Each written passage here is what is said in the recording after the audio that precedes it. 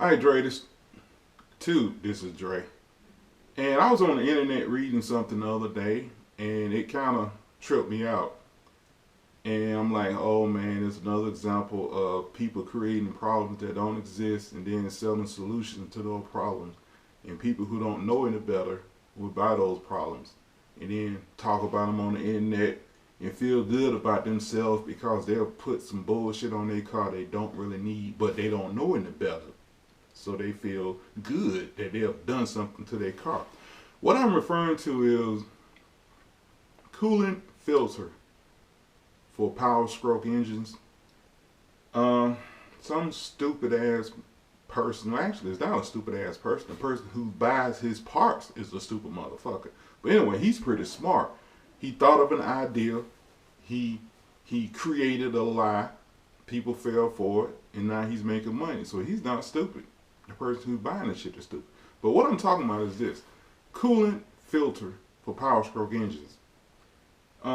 This guy talked about that when Ford or International, whoever built the block, they left casting sand inside the block, and that casting sand, after you drive the car for a while, would get up into your cooling system and would plug up the oil cooler to cause the oil to run hot, and it could plug up the EGR cooler and cause it to run hot, and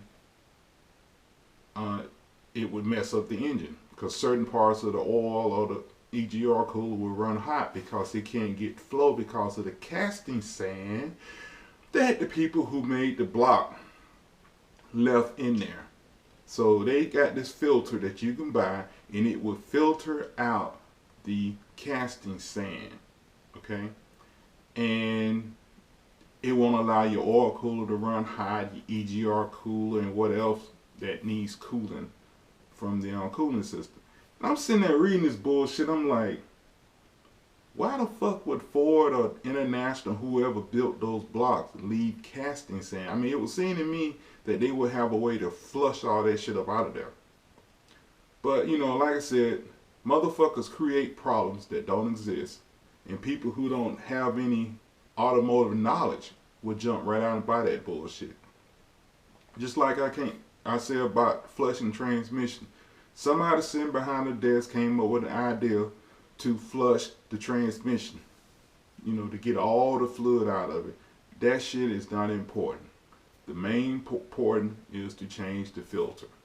Getting back to the cooling system, I drive an International ProStar. This is an over-the-road tractor and trailer, and it has a coolant filter on it. A screw-on type filter, looks like an oil filter, but it's a coolant filter. That engine might go 500,000 miles before they change the coolant, so I can somewhat see why they will put a filter on it. But a regular Powerstroke is not gonna. It probably could last 500,000 miles, but what I'm saying is anybody who would keep up an engine where it will last 500,000 miles most likely changing the coolant a long time before that. So there's no reason to have a oil coolant filter. But people, like I said, don't know any better, and they buy those. Alright, something else I want to get on. Actually, this should be a different video, but whatever. I was going to explain. No, I'm gonna shot that. That's the end of that video.